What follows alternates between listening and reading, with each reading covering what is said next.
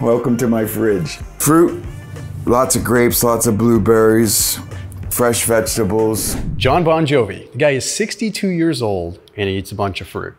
All right, I want to understand a little bit more of what this guy eats. Not only is he in really good shape, but I mean, he's still cranking at 62. And the thing that I like about this particular interview, and we have to understand, I mean, I'm sure there's a level of polishing that goes into these interviews. Like, this probably isn't what he eats on the daily. It's probably a little bit staged. But anytime you look at these things, you do get a glimpse of what their diet philosophy is, right? Like, just things come out that explain their diet philosophy. And when someone is this age and looks the way that they do, but more so still has the energy to do what he does, I'm gonna listen a little bit. Now, the first thing that I noticed with his fridge, although again, he might have run down to the store and stocked it beforehand, or had someone do it for him, whatever, lots of fruit.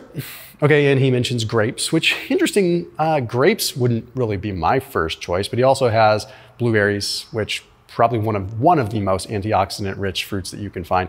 Blueberries are usually my go-to. I mean, as far as like a brain food, the anthocyanins in them are like awesome. I get more of a pick-me-up from blueberries than I do from a lot of other foods. Let's talk about some other things that he's got in his fridge. Let's take a look. After today's video, I put a link down below for Thrive Market. That is a 30% off discount link plus a free gift. So 30% off your entire grocery order. The thing I like about Thrive Market is they're trying to help get gnarly processed foods out of people's fridge and out of people's pantries. So these are healthier for you options, better for you options, and the prices are highly, highly competitive. So a lot of times you're gonna find prices cheaper than the grocery store and it's delivered directly to your doorstep.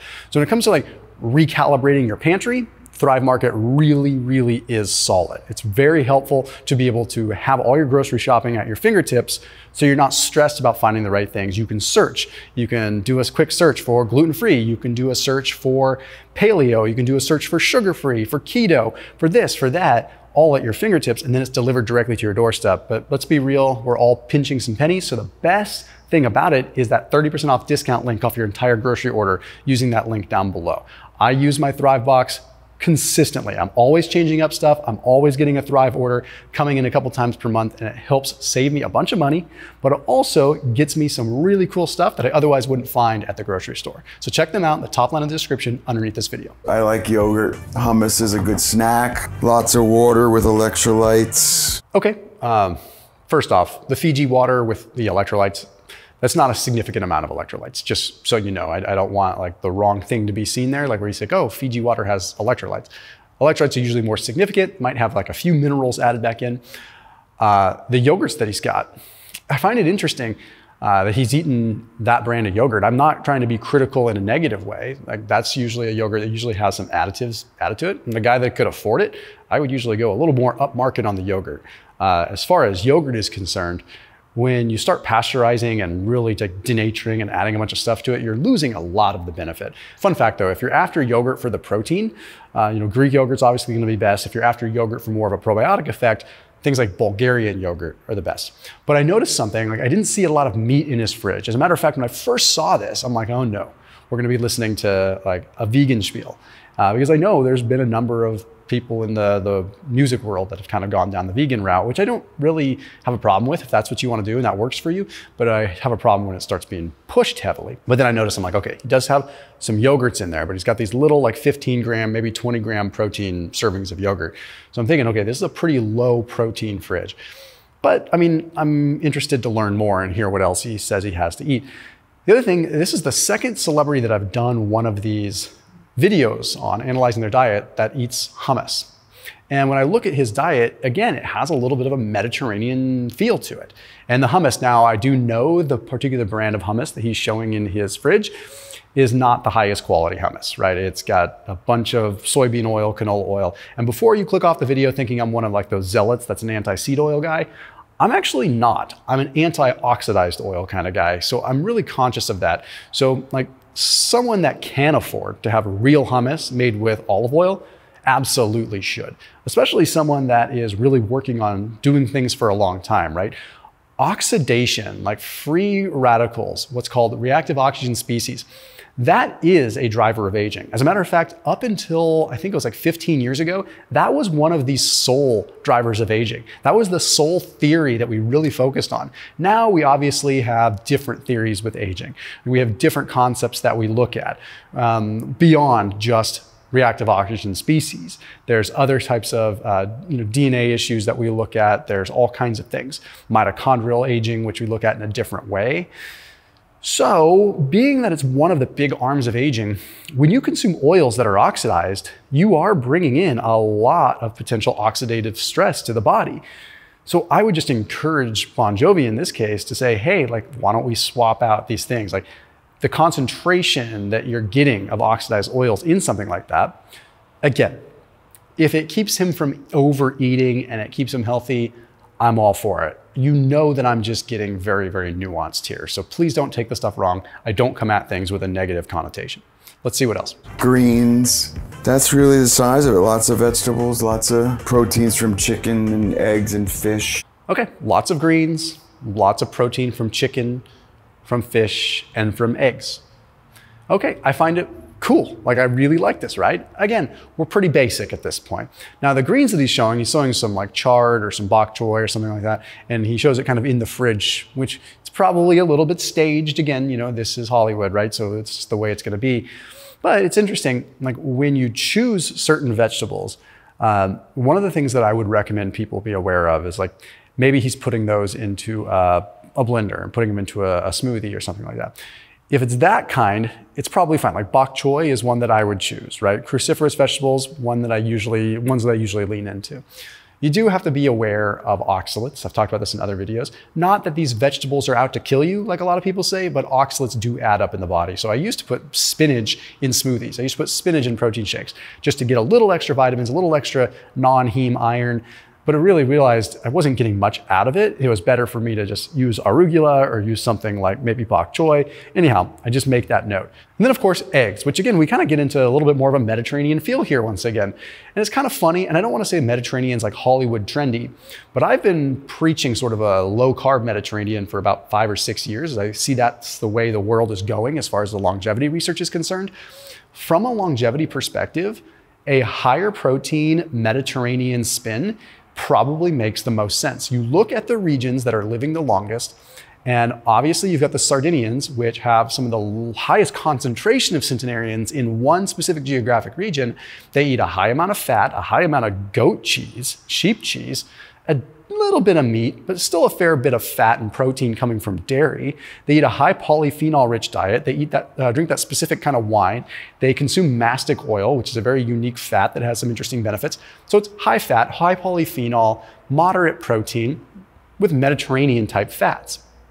Very similar to what he's doing. And I know he's changed his life, and he's going to talk about that in a little bit, but let's see what else he's got. You know, I think we used to live on McDonald's drive-through.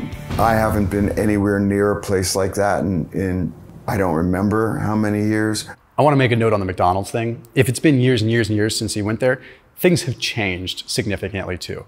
Okay, McDonald's 30 years ago is quite different than what it is now. Now, it's always been junk food, it's always been garbage, but we're adding more and more things into like the French fries. Like for example, I've talked about this in other videos, but in the United Kingdom and other parts of the EU, French fries at McDonald's still only have 4 ingredients, right? We have dextrose, we have potatoes, we have salt, and we have oil.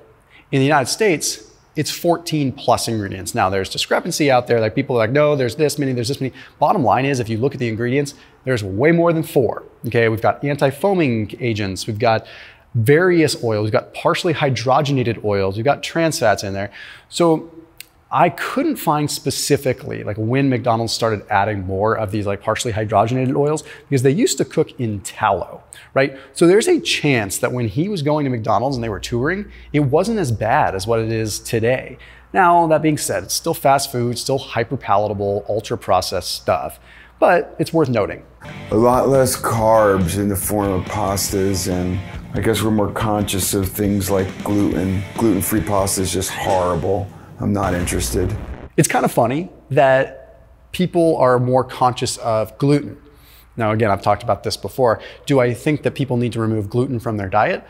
I think that there is a possibility that we have overconsumed so much in the way of specific kinds of wheat, not like the einkorn, like red type wheat that might get in Europe or like the Amish do, right? That maybe we're starting to develop a little bit of like almost an antibody type resistance to it. There is that possibility. If you look at the instance like people with Hashimoto's and like kind of how they have issues when they have gluten, even though they're non-celiac, right? I am not an expert in that world, but I do know that gliadin, the protein that triggers these responses in people that have celiac, can sometimes cause issues in people that don't even have celiac. And there's some evidence to support that there's varying levels of gluten tolerance. It's not as black and white as we might think. So even though you might not be on a celiac scale, if you're very in tune with your body, there's a chance that gluten makes you feel a certain way.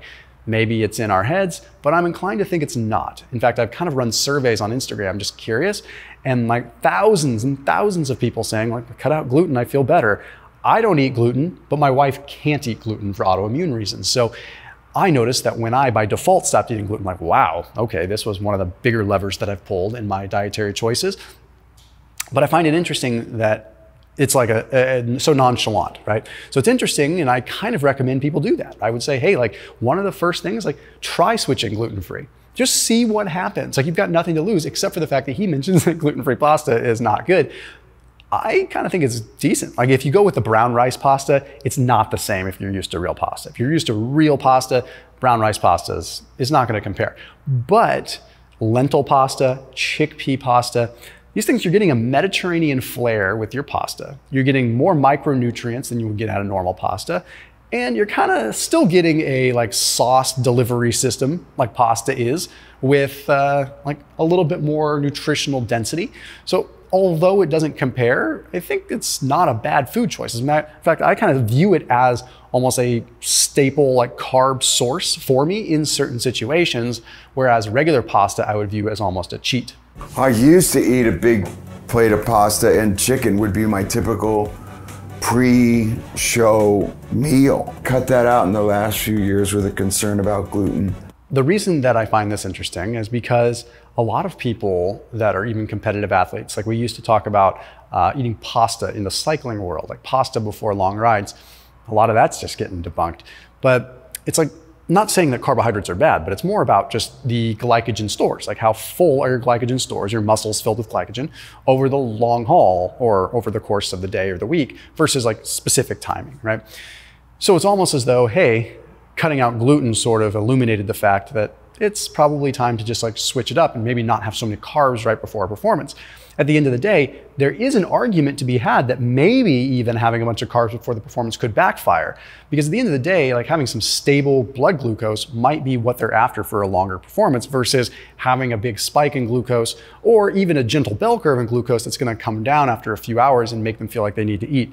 One interesting thing that Dr. Mike Israetel said when he was on my channel that I find interesting is that carbs are really good at helping you eat more, right? So they are good for muscle building since they do help you eat more, but that's not always the best thing when you need to go longer periods of time without eating. So perhaps as he's gotten older, he's realized, hey, if I wanna like be at my best, I need to not have a full stomach and not probably carb load right before I'm going on stage. Next up, Bon Jovi talks about the toughest diet that he's done. And this is kind of intriguing because it's pretty restrictive, and I'm kind of trying to like think what it was that he was actually trying to accomplish with this. I was gluten-free, dairy-free, alcohol-free, sugar-free during the course of the last tour. I was very skinny, but it wasn't any fun.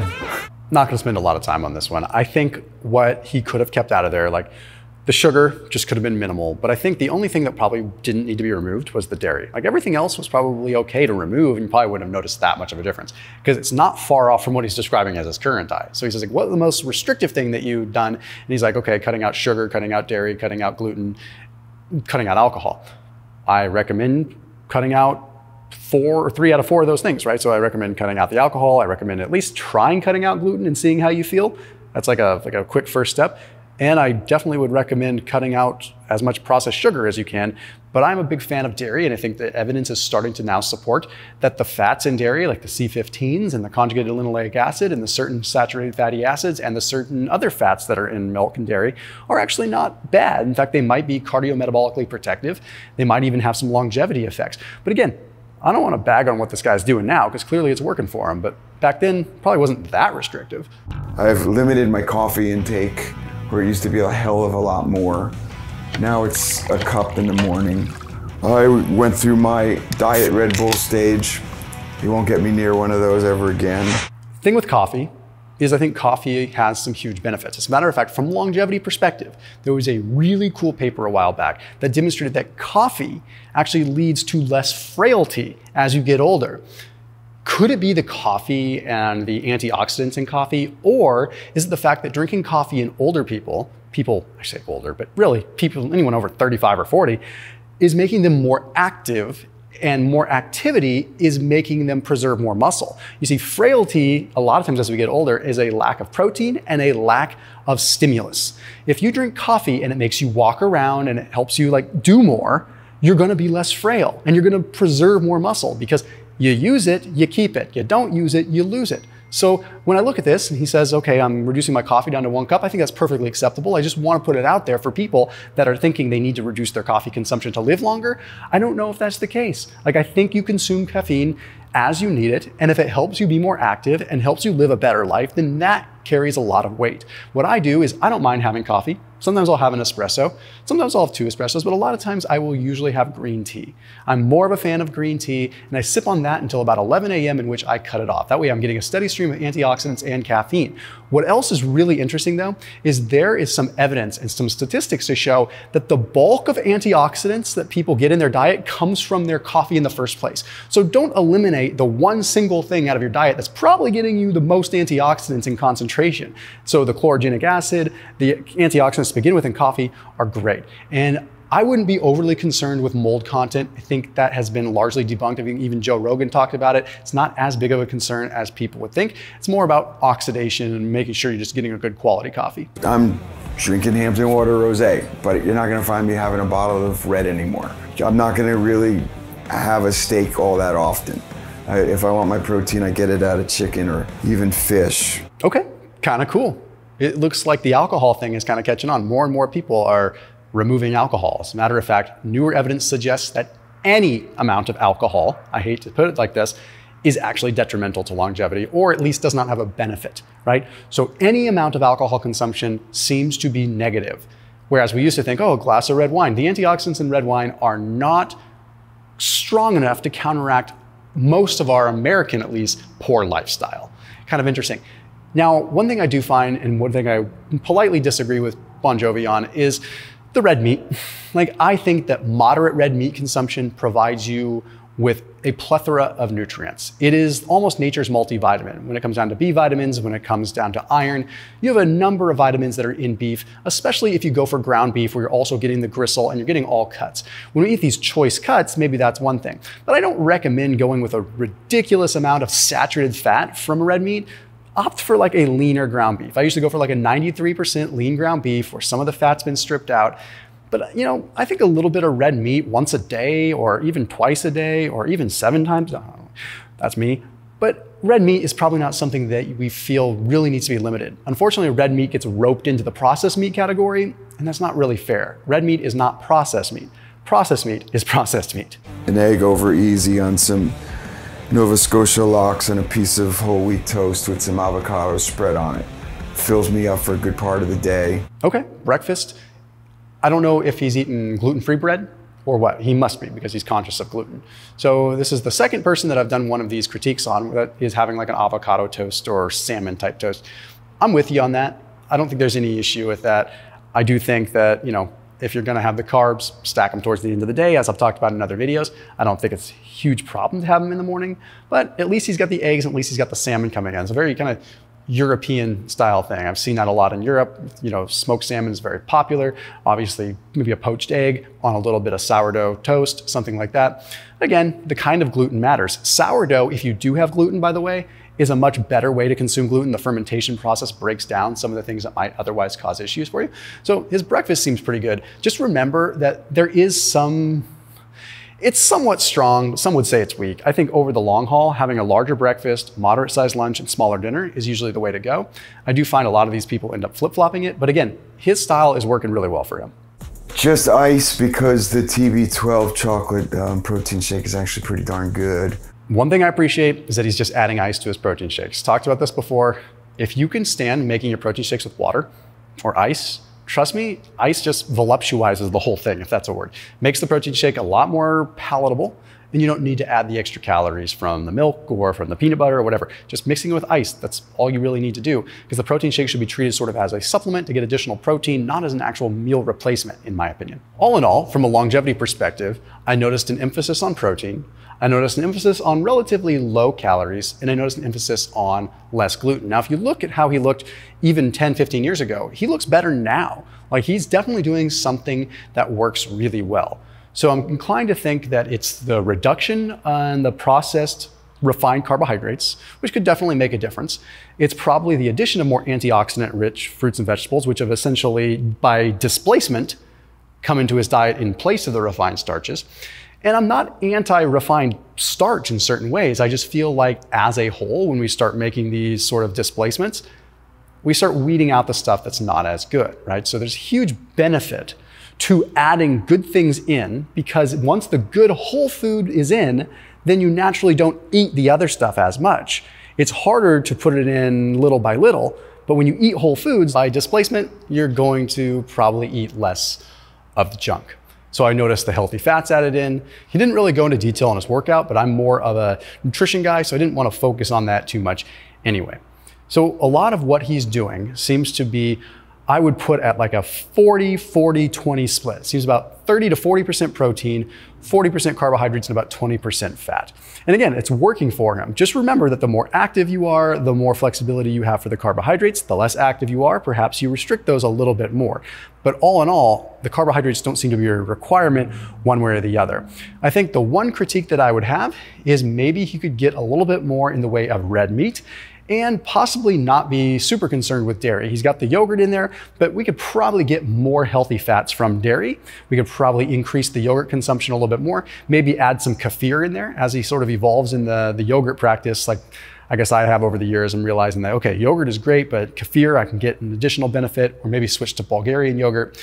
Anyhow, as always, keep it locked in here on my channel. I'll see you tomorrow.